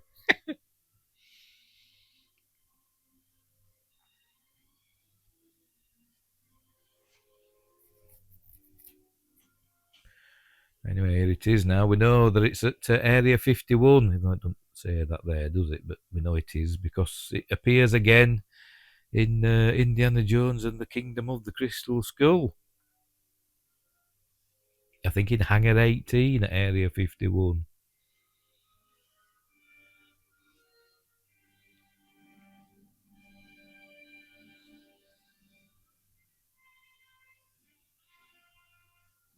I always think of Gremlins next. I think I had on a tape, I think I recorded it off TV back in the day. And I think on the same tape, I think I had Gremlins straight after it. I think. So I always imagine that coming on next. Associate to Mr. Spielberg, Kathleen Bleeding Kennedy. Boo! Getting him coffee. Having bad ideas.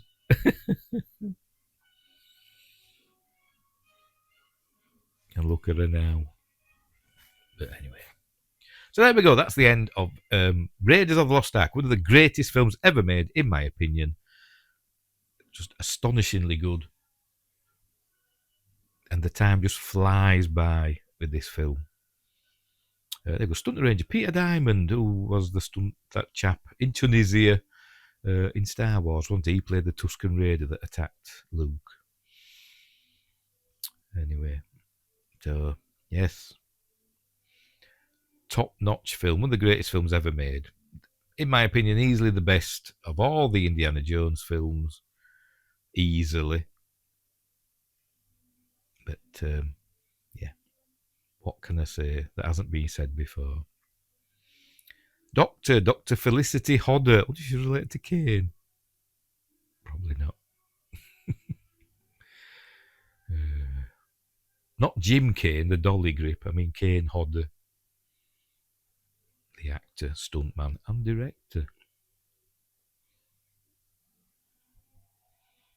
By the way, the melting head, Tote's melting head, were actually done by Chris Wallace. Him and his brothers, would go on to do, or his brother, would go on to do their own effects house, wouldn't they? But yes, he did the melting head. And he became a director as well, didn't he? He did the Gremlins, didn't he? Designed the Gremlins for the Gremlins films. And he also directed The Fly 2, which is a film I really, really like. In a lot of ways, I like The Fly 2 better than the original The Fly. Not the original, but you know what I mean, the David Cronenberg The Fly. But I'm getting off topic. But anyway. So yes, Chris Wallace did the melting head. And as I said, you can get that as a set of candles now. But I wouldn't want to light it. I wouldn't want to see it actually melting. Because then you'd have to buy another. I suppose that's the point, isn't it? Peruvian Hawaiian unit. Oh, so that's did go to Peru for some of that scenes in South America. Cool. Satipo Alfred Molina, before he became Dr. Octopus. William Hookinsey, I remembered before. Fred Sorensen, I were right, who played Jock. Pat Roach, Giant Sherpa, and German. He's going to get 2. Yes, first mechanic, Pat Roach. He gets 2 credits. Yeah, there you go, pilot, Frank Marshall. George Harris as Katanga. I've seen him in something else and I can't think what. Got a very familiar looking face and I can't think what I've seen him in.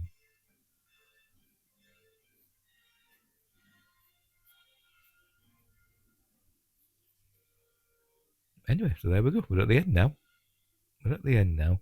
This is one of the films that I do like watching to the end because of the music. Because John Williams' music is always amazing. A lot of films you just turn off, don't you? But there we go. That's the end of Raiders of the Lost Ark, one of the best films ever made. I hope you enjoyed it. I certainly did. Hope it didn't put you off with my waffling and inane banter. But we'll leave it there. We will leave it there. So thanks for watching, and wherever you are, look after each other, and until next time, I'll say thee. That old Yorkshire geek with stories too